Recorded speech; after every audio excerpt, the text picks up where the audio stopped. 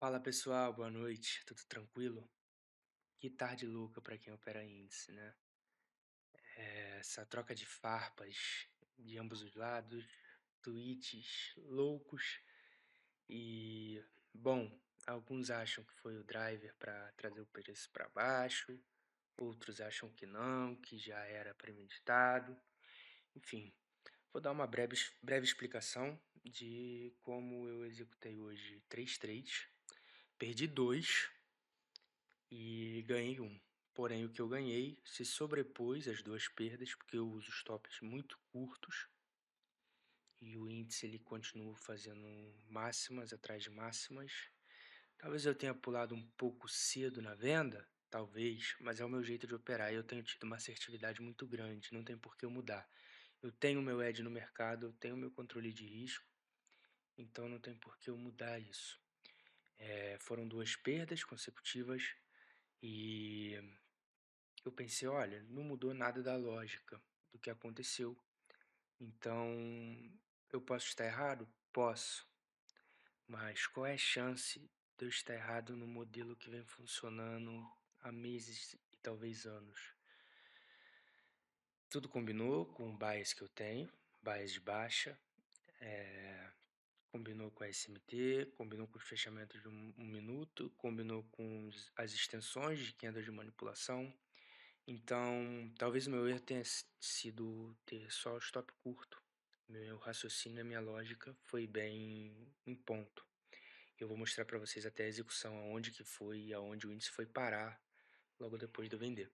Bom, aqui temos o gráfico de 4 horas, aqui temos SP500 e Nasdaq, ambos juntinhos, para a gente disputar essas divergências.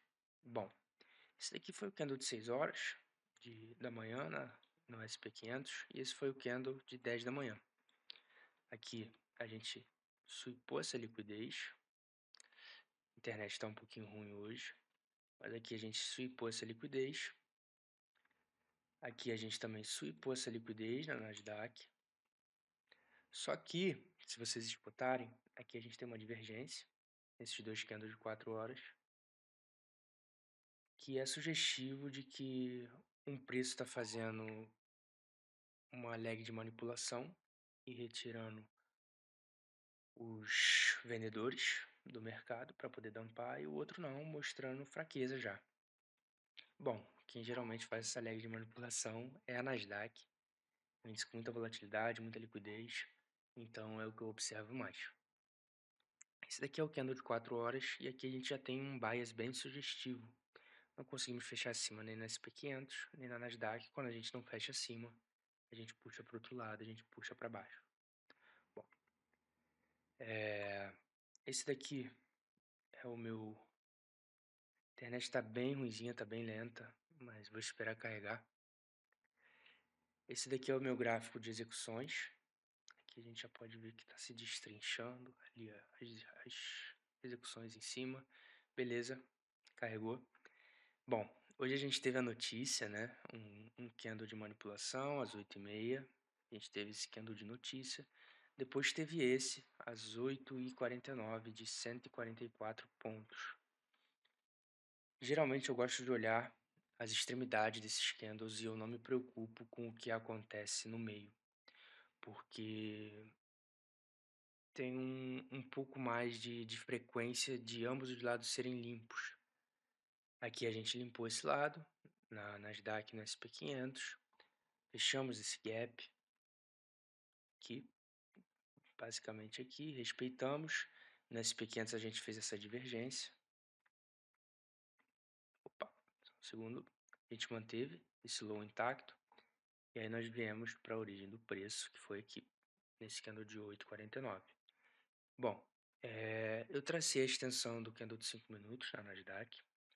E geralmente no menos 1,5 é onde eu gosto de ver para reversão.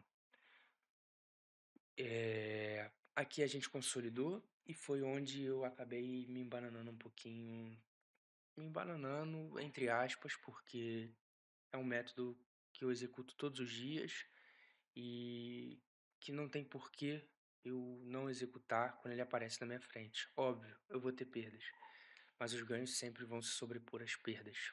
e esse é o meu edge no mercado. É uma gestão de risco bem feita, é manter sempre o meu plano de trade e não deixar as perdas que vão acontecer consequentemente, porque não existe nenhum trader que tem 100% de acerto, deixar essas perdas fazerem parte do meu plano, aceitá-las. Vou explicar um pouquinho da execução. Aqui a gente deixou essa wick, que quase tentou ser preenchida aqui. Geralmente, wicks eu gosto do consequent encroachment delas, que é o nível de 50%, mais ou menos a metade. Bom, na Nasdaq a gente já tinha mitigado, a gente limpou essa liquidez de 8,49 na Nasdaq às 11 da manhã, foi quando eu estava esperando para começar a operar, e no SP500 eu comecei a perceber que a gente tinha uma divergência. Tracei essa SMT acima, e aí foi quando eu vi o meu modelo. Eu pulei até um pouquinho antes, porque geralmente esse modelo eu estou entrando um pouquinho antes no 30 segundos para poder pegar um pouco mais do movimento. Bom, esse modelo ele tem que fechar esse gap aqui, o que na verdade ele fechou aqui nessa partezinha às 11h41. Como vocês podem ver, ele fechou e eu já tinha entrado antes. Bom, aqui ele só swipou a minha ordem limite e já me deixou em drawdown basicamente automático. Eu aceitei o trade, não fui impaciente, é um trade que eu sempre tomo. A gente fez essa primeira leg, fez a segunda, depois a gente fez a segunda leg de manipulação, enquanto isso a SMT estava se formando aqui. Não considero um trade errado. Alguns traders de inversão de gap podem falar, ah, você não esperou fechar no 1 minuto. Beleza, mas no 30 segundos já tinha fechado. E foi exatamente quando eu entrei. Foi no 908,75. Aqui eu fui estopado em 17,50 pontos com 3 microcontratos. Logo após, a gente swipou essa liquidez de novo. No SP500 a gente não tinha swipado, a gente fez um double top. E depois a gente caiu de novo e fechou abaixo desse gapzinho aqui. Eu falei, agora sim, eu posso entrar. E aí a gente entrou aqui um pouquinho nessa parte de win e logo me botou em drawdown de novo. Não tinha movido meu stop exatamente onde está. E eu só aceitei a perda. Aqui eu já estava um pouquinho negativo, bastante negativo. Só que eu tinha muita convicção no meu plano de trade, que eu tinha pensado e como estava se formando. E aí eu esperei esse fechamento no 1 minuto, aqui abaixo. E basicamente ele fechou no 1 minuto, eu esperei ele cair de novo, abaixo desse preço aqui, dessa linha, para poder ter um pouco mais de confluência. E aí eu entrei vendido em 5 microcontratos. Uma posição um pouquinho alta, um pouquinho maior do que eu venho executando. Mas eu tenho tido uma assertividade boa, então eu estou decidindo voltar um pouquinho a uma posição um pouquinho maior. E quem sabe no futuro, quando eu estiver fazendo copy trading, fazendo 5, 10, 20 contas diferentes de diversas firmas e conta pessoal, talvez eu abaixe o risco por conta. Por enquanto, eu estou tentando subir um pouco mais esse risco de novo, que a volatilidade já está um pouquinho melhor e o preço está um pouquinho melhor. Bom, aqui eu visualizei essa zona, que geralmente me dá um toque no 50%, me dá 1 para 1. Essa zona aqui, porque ela swipa essa liquidez aqui e depois ela vem e quebra de novo. Ou seja, isso daqui é uma região de demanda. Ou seja, ali tem o preço para poder puxar ele para cima. Eu observei o preço caindo, caindo, caindo. Foi candles muito forte. E eu preferi fechar a posição antes de subir e cair de novo. Aqui eu já estava bem, eu já tinha limpado essas duas perdas e já estava com um lucro bem bom, acima de um para um das perdas que eu tive. Então eu resolvi fechar a posição e encerrar o dia, porque eu vi que esse movimento abrupto não era como eu estava esperando. Até porque eu disse que quinta-feira eu espero sempre uma contração, o preço bem fraquinho, volume bem baixo, liquidez bem baixa. Eu percebi que esse índice não era para mim. né. Isso daqui, ó, o mercado está aberto para vocês verem a execução. Agora são 10h55 aqui no Brasil, 9h55 na Nasdaq. Como vocês podem ver, o preço está se movimentando aqui. E essa foi a execução de hoje, esse foi o raciocínio de hoje. Eu tive 2 perdas, tive uma vitória, eh, um win, e basicamente eu vendi o índice no topo dessa queda da Nasdaq, que caiu logo após 400 pontos, vamos bem dizer. Eu vendi literalmente no topo, errei 2 vezes por um stop curto.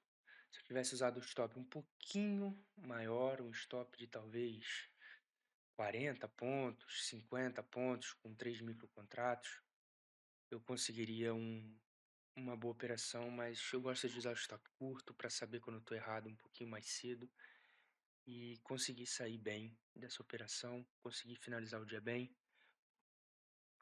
Esse candle aqui, que vocês podem estar se perguntando, -3, foi um candle abrupto que eu percebi, que esse candle de 10h35:30, que a gente swipou essa liquidez aqui, tirou essa de baixo, tirou esse candle aqui, e logo após a gente quebrou acima, ou seja, eu vi esse candle de 30 segundos barra 1 minuto, porque aqui o 30 segundos também, ó.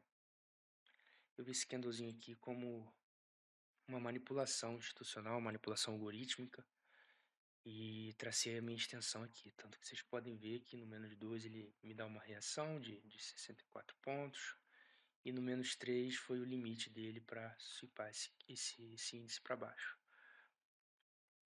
É isso, essa foi a explicação de hoje. Espero que tenham gostado. Qualquer dúvida, vocês me perguntem aí. E eu vou trazer agora mais conteúdos educacionais, alguns slides de estrutura de mercado, como o mercado se movimenta, como eu enxergo o mercado e a minha confluência de time frames maiores. E vou trazer também um pouquinho de psicologia, como enfrentar esses trades perdedores, como manter o seu modelo mesmo quando você está em drawdown, como executar sem medo, sem fazer coisas loucas no índice. Nossa, o preço tem que subir, o preço tem que subir, e você continuar comprando, comprando, comprando, com o preço te mostrando ao contrário. Mudar seu bias, enfim, muita coisa eu vou trazer aí legal.